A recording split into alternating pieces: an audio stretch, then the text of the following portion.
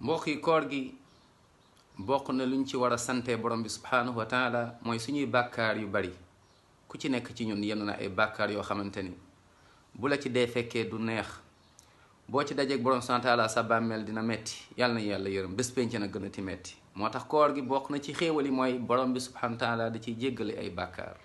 yonent bi alayhi salaatu wassalaam ne képp ku woor weeru koor ngëm yàlla rekk tax, yaakaar yërmande yàlla, yaakaar borom subhanahu wa taala yàlla jéggale say bàkkaar yu wees. mooy ku woor boo xamante ni moom la yonent bi jàngale sallallahu alayhi wa sallam, man saama ramadan imanan waxtisaaban gufira lahu ma taqaddama min danbi. yàlla na yàlla yërëm ñu jégal suñu bàkkaar. mbokk yi kon bàkkaar moo tax nit ki diis ci kaw suuf waaye nar a am problème bés penc.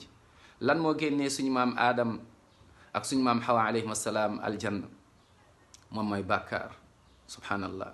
lan moom moo génnee Iblis yàlla rëbb ko? mooy bàkkaar. yàlla dik ko safara mooy bàkkaar. xeeti weesu ci ay bàkkaar moo taxoon yàlla rëbb leen, yàlla mere leen subhanahu wa taala. yàlla na yàlla yërëm ñu, yàlla nañu yàlla yërëm mbokk yi. kon nañu moytu bàkkaar di bari lu ñuy wax astaghfirullah. laa yazaalu lisaanuka ratban min dikrillah. del bari looy wax astaghfirullah astaghfirullah. yonent bi alayhi salaatu wasalaam nee na dinaa wax ci journée bi lu ëpp 70 fois astaghfirullah. beneen riwaay mu ne dinaa wax lu tolloog 100 fois astaghfirullah. kon nañ koy répété, loolu day tax yàlla yërëm la ci kaw suufa yërëm la bés penc. kon del bari looy wax astaghfirullah di moytu bàkkaar.